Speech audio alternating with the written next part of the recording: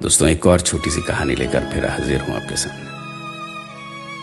मेरा मकसद सिर्फ यही कि हम अपने अंदर के इंसान को जगा सकें, कोशिश करें इंसानियत नाम की जो चीज है उसके आसपास भटक सकें। बड़ी बेचैनी से रात कटी। बमुश्किल सुबह एक रोटी खाकर अपने घर से शोरूम के लिए निकला। आज किसी के पेट पर पहली बार लात मारने जा रहा हूं। ये बात मुझे अंदर ही अंदर खा रही थी, कचोट रही थी। जिंदगी में यही फलसफा रहा मेरा कि अपने आसपास किसी को रोटी के लिए तरसना ना पड़े। पर अब इस विकट काल में अपने पेट पर ही आन पड़ी है। 2 साल पहले ही अपनी सारी जमा पूंजी लगाकर मैंने कपड़े का शोरूम खोला था, मगर दुकान के सामान की बिक्री अब आधी हो गई है। अपने कपड़े के शोरूम में 2 लड़के और 2 लड़कियों को रखा, ग्राहकों को कपड़े दिखाने के लिए।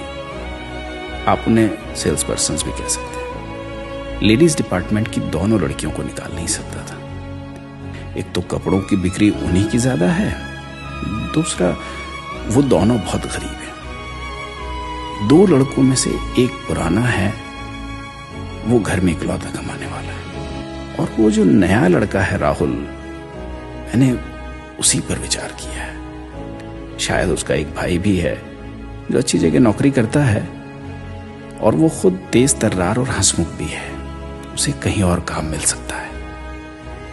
इन 5 महीनों में मैं बिल्कुल टूट चुका हूं। हालात देखते हुए एक वर्कर कम करना मेरी मजबूरी है। अब यही सब सोचता हुआ दुकान पे पहुंचा। चारों आ चुके थे।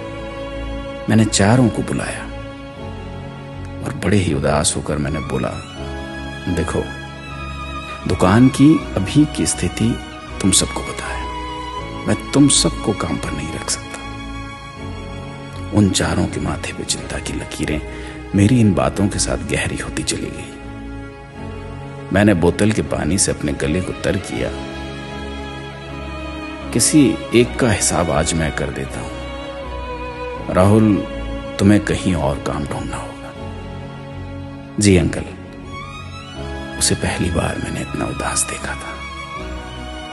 बाकियों के चेहरे पर भी कोई खास खुशी महसूस नहीं हुई मुझे।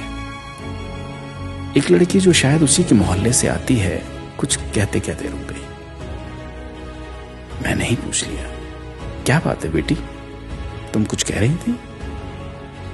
अंकल जी, इसके भाई का भी काम कुछ 1 महीने पहले छूट गया है। इसकी मां बीमार रहती है। नजर राहुल के चेहरे पर गई। आंखों में जिम्मेदारी के आंसू थे जो वो अपने हंसमुख चेहरे से छुपा रहा था। मैं कुछ बोलता कि तभी एक और दूसरी लड़की बोल पड़ी, अंकल, बुरा ना माने तो एक बात बोलो। मैंने कहा, हाँ हाँ बोलो। देखिए अंकल, किसी को निकालने से अच्छा है कि हमारे पैसे आप कम कर दें। 12,000 की जगह आप 9,000 ही हमें दें। मैंने बाकियों की तरफ देखा। हाँ साहब, हम इतने से ही काम चला लेंगे।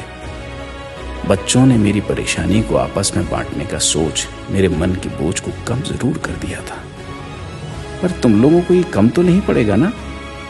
नहीं साहब, कोई साथी भूखा रहे इससे अच्छा है हम सब अपना निवाला थोड़ा कम कर दें।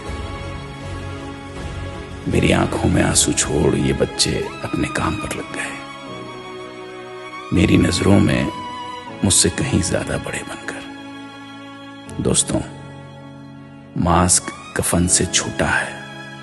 अपनी जिम्मेदारी समझकर पहन लीजिए।